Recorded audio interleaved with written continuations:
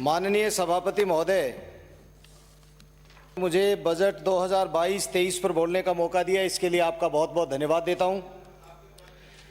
महोदय, राजस्थान की सरकार ने जो बजट पेश किया है, सरकार के पास में 1 रुपया है और 4 रुपए का बजट पेश कर दिया आप लोगों ने। ये कोई मुख्यमंत्री जी जादू की छड़ी घुमाएंगे और पैसा आ जाएगा और ये बजट की पूर्ति कर देंगे।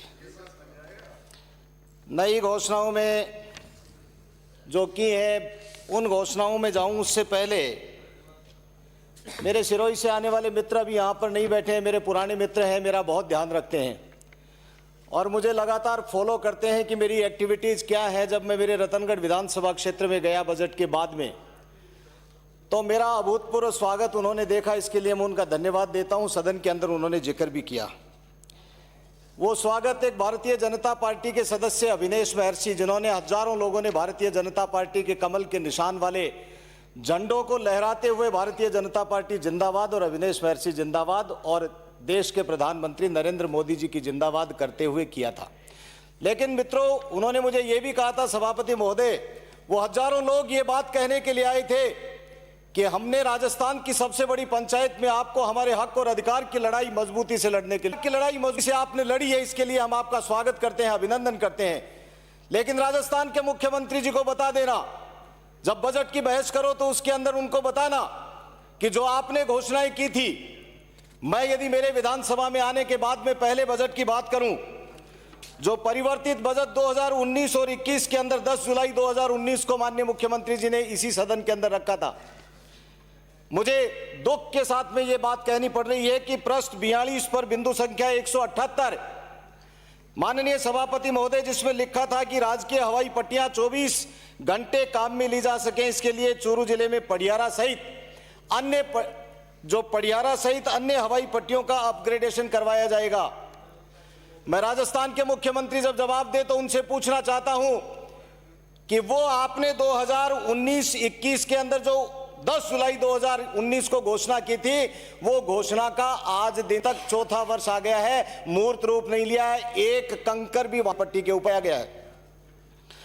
सभापति महोदय, उसके बाद में मैं बात करूं उसी बजट की पेज नंबर 9 बिंदु संख्या 31, प्रत्येक ग्राम पंचायत समिति पर नंदीशालाएं प्रतिस्थापित की जाएंगी। मैं पूछना चाहता हूं राजस्थान की सरकार से, कहां गई वो नंदीशालाएं? जब आपने हमारे ऊपर आरोप, हम गाय की बातें हैं, आपने कहा था कि हम जो पशुधन और जो गाय और जो नंदीशाला खोल करके हम उनको उनकी तकलीफ को दूर करेंगे। आज राजस्थान के मुख्यमंत्री जी जवाब के अंदर इस बात की घोषणा करें कि कितनी नंदीशालाएं राजस्थान के अंदर उन्होंने खोल दी। ये 2019 और 21 के अंदर 10 जुलाई 2019 की मैं बात कर रहा हूं। उसी के अंदर पेज संख्या 10 बिंदु संख्या 39 समस्त ग्राम पंचायतों को एक नया विकास पथ उपलब्ध कराएंगे।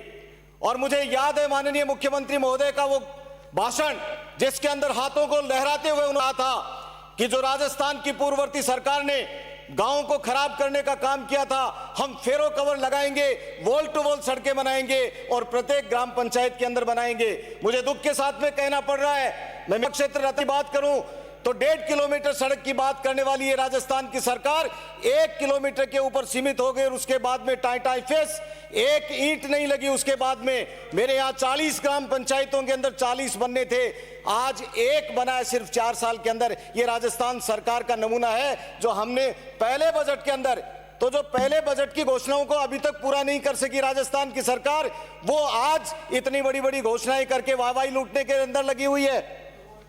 मित्रों, अभी 5 करोड़ के बजट की बात कर रहे थे। नगरपालिका क्षेत्र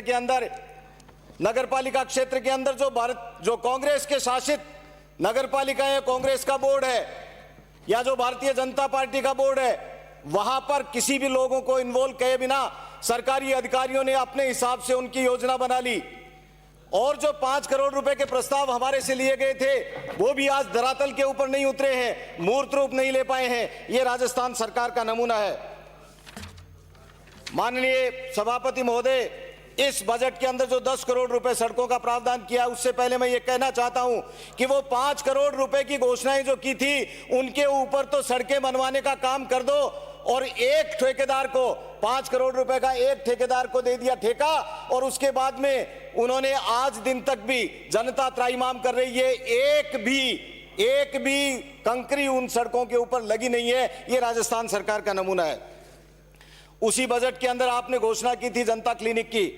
मैं पुराना बजट इसलिए कह रहा हूं कि उसके बाद की घोषणाएं तो सारी अधूरी हैं। 2 मिनट में समाप्त करें।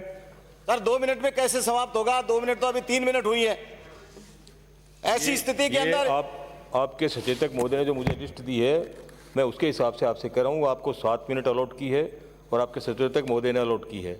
आप 6 मिनट बोल चुके और आप 2:01 में शुरू किया था, आप 2:08 में आप समाप्त करेंगे। प्लीज सेव करें। ये जो आपने समय लिया है ये तो दे देंगे ना सभापति महोदय? हाँ, ये दूंगा। धन्यवाद। और एक आधा मिनट तो और दे दो सचेतक महोदय। हाँ, बढ़ेंगे उसके लिए। धन्यवाद। माननीय सभापति महोदय ने मुझे आगाह कर दिया कि आप सरकार के खिलाफ मत बोलो, तो मैं तो यही कहता हूं कि सरकार ने जितनी भी घोषणाएं की हैं उनको मूर्त रूप में नहीं उतार पाए हैं। मैं कुछ इसके बाद में सभापति महोदय आपकी बात को मानते हुए मैं कुछ बातें मेरे विधानसभा क्षेत्र की कुछ मांग माननीय मुख्यमंत्री महोदय को करना चाहता हूं, क्योंकि जनता ने प्रतिनिधि चुनकर के भेजा है तो मेरी दायित्व बनता है कि मैं उनकी बात को करूं।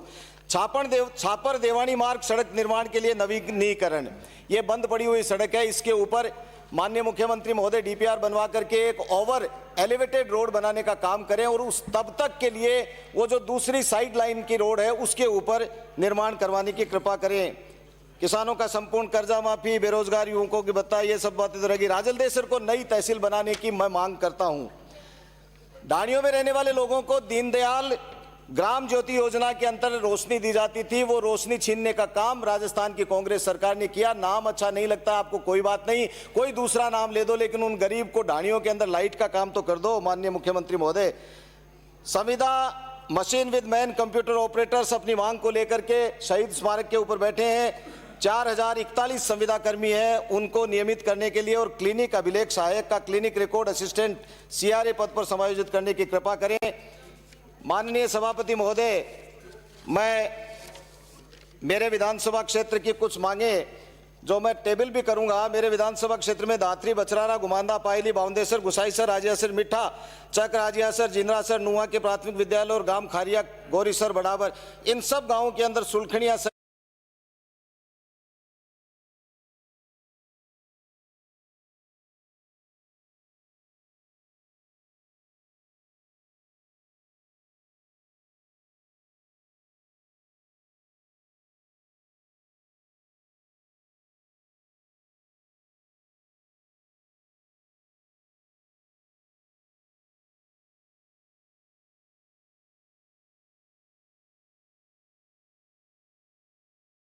क्षेत्र की कुछ मांगे जो मैं टेबल भी करूंगा। मेरे विधानसभा क्षेत्र में दात्री, बचरारा, गुमांदा, पायली, बाउंदेसर, गुसाईसर, राजियासर, मिठा, चक, राजियासर, जिंद्रासर, नुआ के प्राथमिक विद्यालय और गांव खारिया, गौरीसर, बड़ावर, इन सब गांवों के अंदर सुलखनिया सहित माध्यमिक विद्यालयों में अतिरिक्त कक्षों की मांग की गई है। इसके लिए मैं आपसे निवेदन करना चाहता हूं। बहुत सारे ट्यूबवेल बंद पड़े हैं, उनको ठीक कराने की कृपा करें। टाडा, सावंतिया, रिणवा की ढाणी, रामपुर, परसने, उतोलियासर, नीमड़ी, प्रेमनगर, बिदावता, लोणा, कुसुंदेसर, कनवारी, जिंद्रासर, बोजासर, अणखोलिया, चरणवासी आदि में ग्रामीण जलापूर्ति नहीं हो रही है। इसके लिए आपूर्ति पॉइंट कम होने के कारण जलापूर्ति नहीं हो रही है, तो पेयजल आपूर्ति हेतु पीएसपी स्टैंड बढ़ाने की कृपा करें। विधानसभा क्षेत्र में ग्रामीण अंचल में जो ढाणियां हैं वो पूर्व योजना के अंदर सर्वे से वंचित रह गई थी, उनका सर्वे करवाकर उनको भी उसके अंदर शामिल किया जाए।